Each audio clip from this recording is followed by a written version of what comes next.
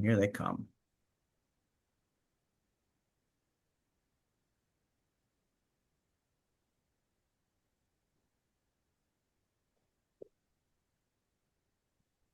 Hi, Crystal. Hey, how are you?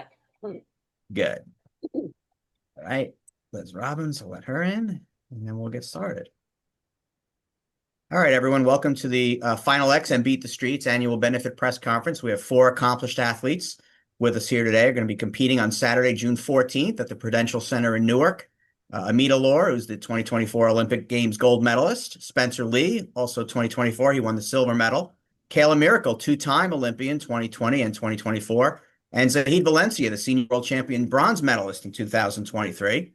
And of course, with us also Brendan Buckley, executive director of Beat the Streets. Again, June 14th, 2 o'clock and 5 o'clock are the times for the event. And then also the day before, on the 13th, we're going to have an on-site press conference at 11 a.m. And we'll be announcing soon who the members of the team will be on that press conference as well, but live at 11 a.m. at Prudential Center. If you have questions, you want need a press release, you need media application, anything like that, just go ahead and chat with me. The best way to ask questions here is to use the raise hand function within React. If you can't do that, or if it's not working right and you just want to message me um, in the chat, you can do that, and we'll do the questions. I'll start though quickly with Brendan just to kind of get going. Brendan, what are some of the ways Beat the Streets event benefits the program, and also what are some successes since the last time we had this event in 2023? Sure. So our annual benefit each year has is the one fundraising event on the year that pays for as much as 75% of our budget. So historically, pre-Final X, we would do international dual meets in various New York City's iconic venues. Uh, then in 2021, we transitioned to hosting Final X. Right, it was 2022, and so this will be our third time doing it. All of it pays for everything. All of our coaches, our training center expenses, our middle school league we run called the Junior League, our partnership with New York City's high school league. Um, Travel competitions, camps, clinics, Fargo, staff, and now our own training center that we have been in for a little more than a year and a half. So I would say since the last Beat the Streets Final X event, we were able to acquire our own 7,400 square foot training facility that also serves as our central hub for our programming. So we run training center practices here 3 to 4 days a week, K through 12 programming. We run our academy program that helps kids not just on the mat, but off the mat with college prep workshops and a variety of other different life skill workshops. Our staff meets here. We've held fundraising events here. We held our annual career day here. So yeah, being able to host this event with our partners at USA Wrestling and all the athletes, it really keeps our brand alive and brings a lot of attention and much needed resources. Great. Thanks, Brendan. We certainly thank all the athletes who are on right now and the media who've joined us. Anyone who's interested in recording the session, which I forgot to mention, just let me know and I can give you permission to record. We're also recording it, and I can send you that after as well. But if you want to do that yourself, just let me know.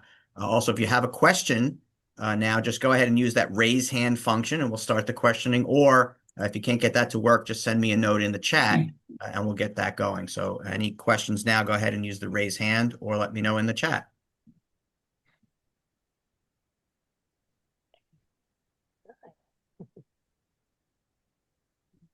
We'll start with Luke Silpy. Luke from Sports Media Report. Go ahead, Luke.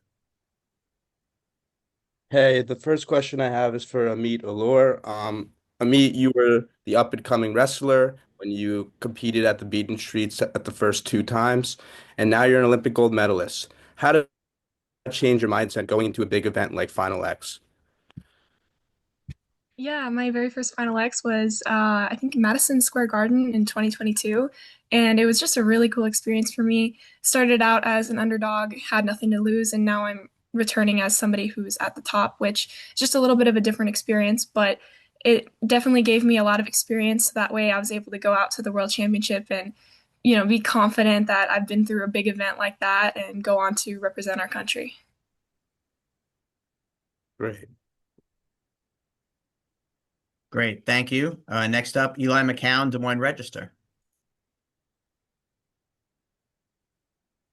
Spencer, I just a question for you. First, hope you're doing well and everything. But the thing I kind of wanted to ask is obviously after your Olympic run, you kind of expressed your own frustration with how things went. It's particularly with the build up, right? You put in a lot of work to get your body right, your mind right, and then came up short of that goal. I'm curious for you, just as you approach, Final X and trying to go after world gold, just that transition of like being disappointed and then getting yourself back on the horse, so to speak, to try and compete for those world title aspirations. Well, it is difficult. I mean, we all put our all into every single event and competition that we train for, and that was the pinnacle of our sport. And unfortunately, I was unable to get it done, but I feel like I was ready to go and I did everything right. So, that was meant to be that day. So all you can do is, saddle back up and get ready for the next best thing. And for me, that's right now, it's Final X, making my first senior world team. Since Olympic team is the only one I've made so far. So that's the goal right now, and then hopefully win a world title, and the best you can do is one thing at a time. So for me, it was just how can we do better the next time, get ready to compete at the highest level again, and feeling good, stay healthy, stay strong, and go out there, have fun, score points, and do your best. What's next? And the next best thing right now is Final X, and I look forward to competing in the event for the first time. So. I think just like a follow up as well is like you obviously talked to with somebody who was really important to you and he announced his retirement. And you guys talked a lot about reaching like your guys' pinnacles and how important that was to you. So when you see a guy like that retire and you start thinking about your own career and things of that nature, what did he kind of just mean to you? And then how does that kind of change perspective for you when I know he was a guy that was training with you in Iowa City and was also pushing you. And I think you even said during his retirement, he was still whooping you a little bit too in that time. Are you talking about who retired? Takuto, Oh, Otagoro. Takto? Oh, Yeah. yeah. Sorry, I didn't hear you at first. Yeah, well, I was very sad he retired just because he came in the room and he was still kind of in my opinion the man, right? He was beating up on me pretty good, so it was pretty cool to see someone who hadn't competed for 2 or 3 years, who was hurt, tried to make their Olympic team, and that person who barely beat him wins the Olympics again. Come train with me and get to feel that experience. So then he retires just because, it's hard to keep that fire once you've already won. I think for some other countries like that, where, in America, we're very fortunate. We have the Living the Dream Fund. We have, great support network. You win, you get the support of a champion. And I think in Japan, even if he had won again, I don't think anything in his life would have changed. So to him, it was like, if I want to do it, it's because I want to do it. And I think that he would rather coach. I think the passion for him in wrestling became, I love wrestling, but I don't love competing anymore. So I think that's really tough, and that resonated with me a lot because I think it can resonate with everyone because it's very difficult to keep going. And I think that you have to find why you do it. And, obviously I still love the sport, so I want to keep doing it. So it made me realize I still love it. And that's another reason why I'm still competing. So, yeah. Thanks, Spencer. Great. Thanks, Eli. Next up is Joe Smeltzer, Nittany Sports Now. Hi, thanks everyone for the time. This one's for Spencer. So, your final ex opponent, Luke Lilladal, what do you see from him on the mat that makes him a rising star both in freestyle and folk style? And as somebody who both of you were top recruits coming out of high school, competing at the same weight class, does he remind you of your younger self in any way? It's funny because I remember I wrestled with him at the Olympic Training Center, and I remember telling him like, "Hey, you're pretty tough. High school must be boring for you." And he kind of laughed like, "Yeah, high school is a little boring, because when you're at that level and you're still wrestling high school kids, you're probably dominating, right?" So I mean, I think that as an athlete, he's growing, he's becoming younger, and I think it attributes the success of USA Wrestling's future.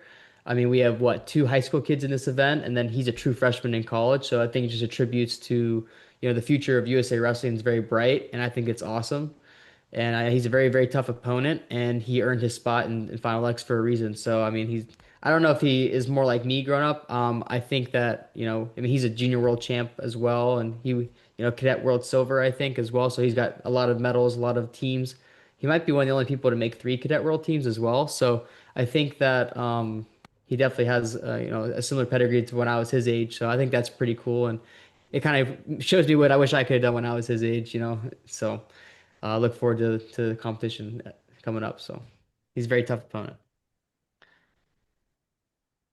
Great, thanks. And while I have a couple of questions in the queue here, a reminder to those who are new to Oh, it's coming in in, the if you queue. want to ask a question, go ahead into the go into the chat function to let me know, or go into the raise hand function, either one. I have a question that was in the chat from Amy Berg. This is for Amit.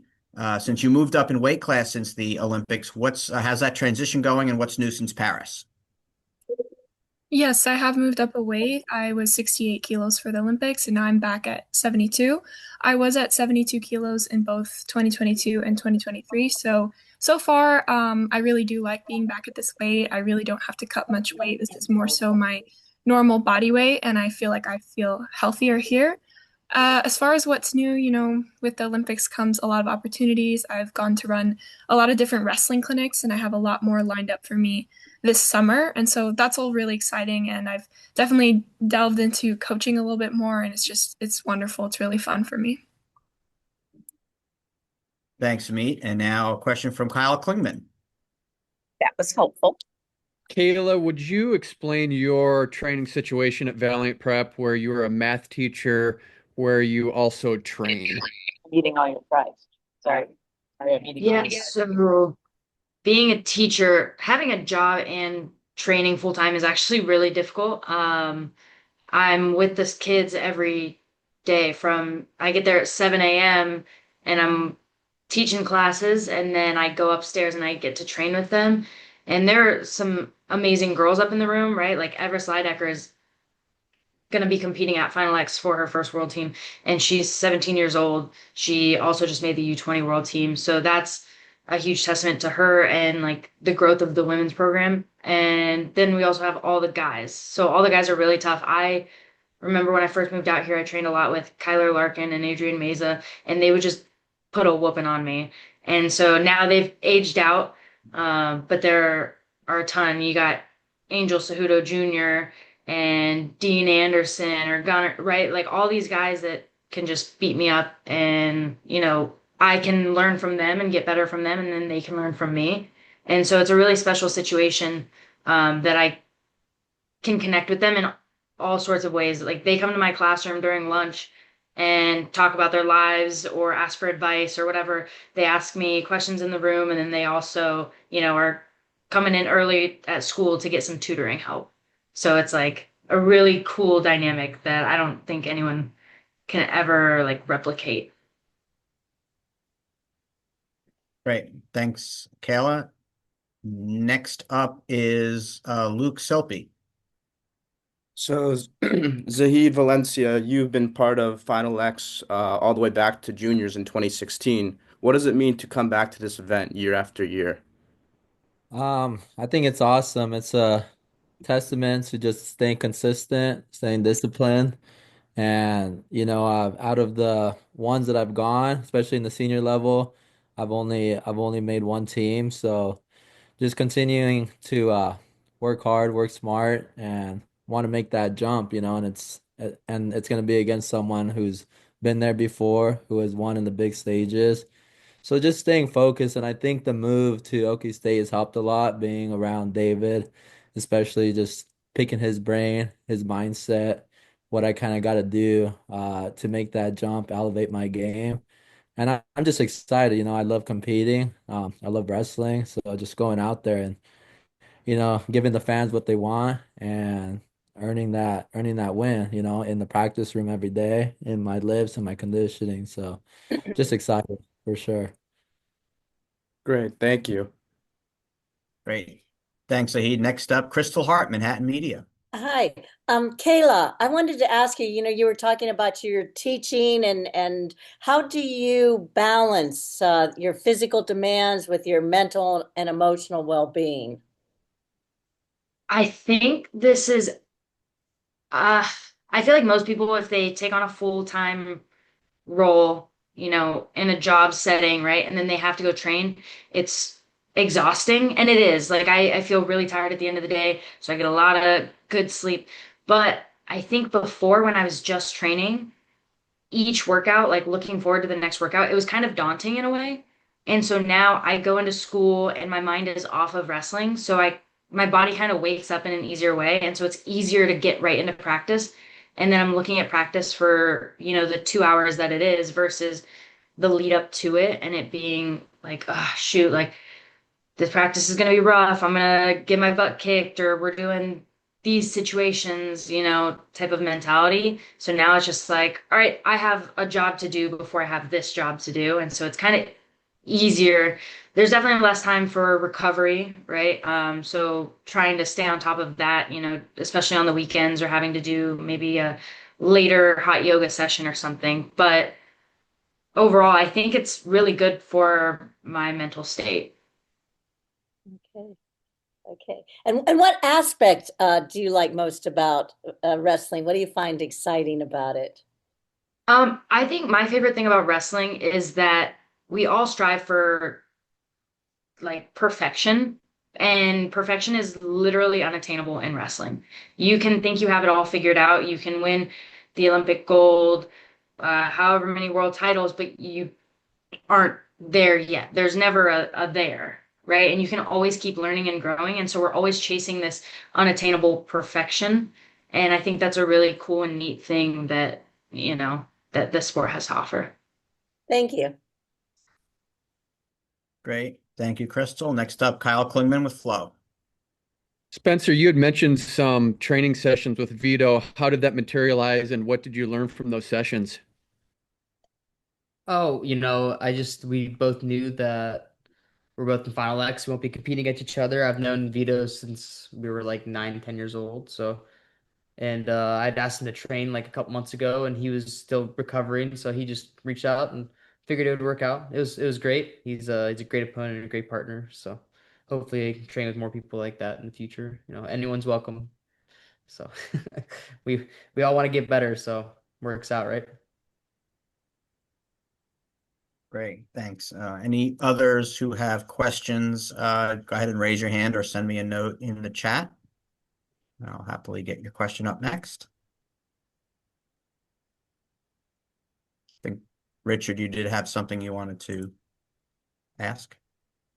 Yeah, I'll go to Zahid a little bit. You talked about your training environment change going to Cowboy. So I was wondering if you could expand on how you've grown since that transition. And then the second part of the question would be, what did you learn in match one against Dake from the US Open that you can apply here in the Final X series, knowing it's a 2 out of 3, and how does that maybe change things for you? Yeah, I think the transition has been really good for me. I loved Arizona, just never really had the partners there that could push me the way I'm being pushed now. And they got a bunch of resources right now. We have these foreigners out wrestling, competing with me. They're gonna be out here for 2 weeks. So just grinding, sparring situations. It's been really fun. I'm getting getting tired. I'm getting my ass whooped, and we do the Versa climbers, the air dying. So it's been really good, and getting help with those coaches, and going back just to match one with Dake. I felt pretty good that first period. I'm gonna have to make some adjustments. I know he's gonna make the adjustments going into match 2 and 3 there in Final X. So just staying disciplined, I think. Keep leaning on my coaches on their advice since they've been there. I've been there a couple times, but this is different. Being able to wrestle one of the greats, and I've wrestled Burroughs before, Taylor, obviously, and just I get another chance at another great opponent. So I just think it's nothing different, just staying focused, um, and just letting all my moves come together, staying confident in my conditioning and in my technique. I think that's what it's going to come down to.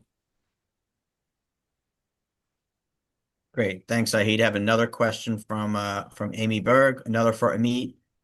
two-parter. One, what was the biggest unexpected lesson you learned from the Paris Olympics, and are you with the same coaches? I'll go with the second one first. I am with the same coaches. I started working with Coach Sarah McMahon, who lives down in Sacramento, California. I'm from Walnut Creek, which is about an hour away.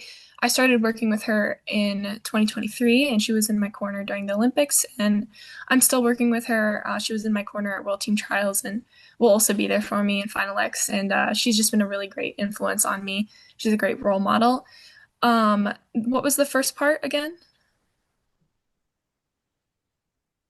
of the question? The first question? First question was the biggest unexpected lesson from Uh, Paris. yeah, I think after competition, I was on such a high that I wasn't taking care of my health. I was having trouble sleeping. I was barely sleeping for a month, 1 to 2 months, and because of all the travel and the opportunities, I ended up getting pneumonia, and it made it so I couldn't wrestle, I couldn't work out or do anything high intensity, and working out and wrestling is part of who I am. It's part of what makes me happy. So that was really challenging. And then when I was going back to training and stuff like that, I would get sick again and again. And this lasted up until probably February. And so this was just a huge delay for me. And then I had old injuries pop up and this and that. And it's just really, like I'm so driven. I want to get back and I want to make the world team and I want to continue training for LA, but it's different after winning an Olympic gold. So there was an interesting process for me mentally just coming back. Great, thank you. Next up, Joe Smeltzer, Nittany Sports Now. Hey, this one's for Zahid. Since Kyle Dake is almost in his mid-30s now, people are wondering, how much he has left in the tank. As somebody who wrestled him about a month ago, how much do you think he has left, and how do you think he's changed on the mat in the years since you've been following him? Well, supposedly he's reversing the clock, is what I've heard. But I don't know. I think his wrestling has changed a bit. I could tell he doesn't take as much shots. He just looks for that chest wrap. So those are things that we've been practicing in the room. Obviously he's still a great competitor. He's determined, still strong as heck, but I think I'm in my prime now, and I think I could feel him kind of fading. I think you could see it at the second period. He was kind of exhausted in my match, and then just watching him against Tarachi, giving up that push out, caution one, then that almost takedown at the end. I feel like if I just continue putting the pressure on him and getting to my attacks, it'll be a different match going into Final X.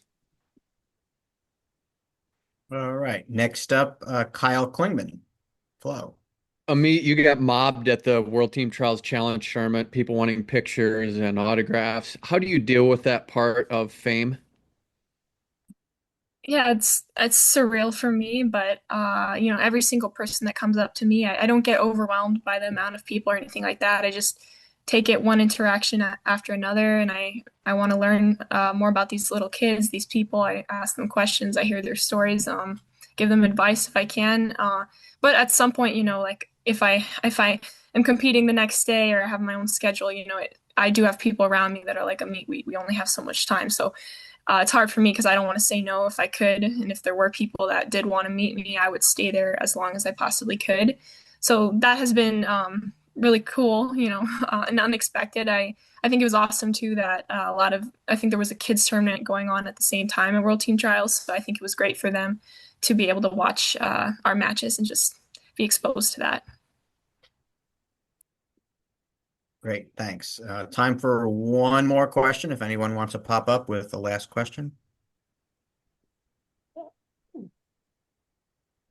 right, well, I appreciate everyone being on. I just put in the chat room my information again. If you have a need for the video of this or application for media, if you haven't done that, or any other questions, just go ahead and email or text me. And again, thank everyone on the call, especially the athletes, and look forward to seeing you on the 13th at the press conference, 11 a.m. at Prudential Center, as well as the event itself, 2 o'clock and 5 o'clock, Prudential Center the next day, Saturday, June 14th. Thanks, everyone. Look forward to seeing you all next week. Thanks. Thanks. Good luck to everybody. Thank you.